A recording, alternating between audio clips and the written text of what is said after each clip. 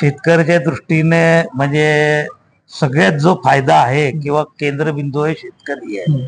शेतकऱ्याचा तिहेरी फायदा आहे. कमी खर्च होईल, उत्पन्न वाढेल आणि क्वालिटी सुधारणा होईल. त्यामुळे शेतकरी आहे.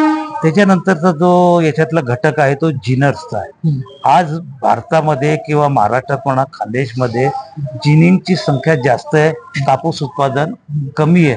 त्यामुळे कमी आवक असल्यामुळे कारखाने नुकसानीत आहे. हेच जर उत्पन्न वाढलं तर जिनिंग कारखाने सुद्धा पूर्ण क्षमतेने किंवा चांगल्या क्षमतेने चालतील. त्यांचं होणारं नुकसान आहे ते सुद्धा कमी होईल. त्याच्यानंतर स्पिनिंग आहे. आज स्पिनिंगला जेवढी गरज आहे तेवढा कापूस जरी उपलब्ध असला तरी याच्यामुळे चांगल्या प्रतीचा कापूस त्यांना सुद्धा मिळेल.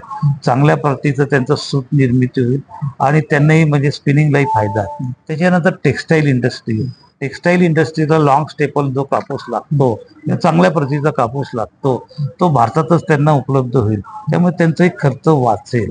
ही पूर्ण चेन जी आहे ही खूप आनंदित आहे आणि आम्ही सरकार दरबारी किंवा देवाला प्रार्थनाच करतो ही योजना यशस्वी व्हायला पाहिजे. भारताच्या दृष्टीने, शेतकऱ्याच्या दृष्टीने किंवा टेक्सटाईल इंडस्ट्रीच्या दृष्टीने आणि जरूर सफल होईल असा आमचा विश्वास आहे.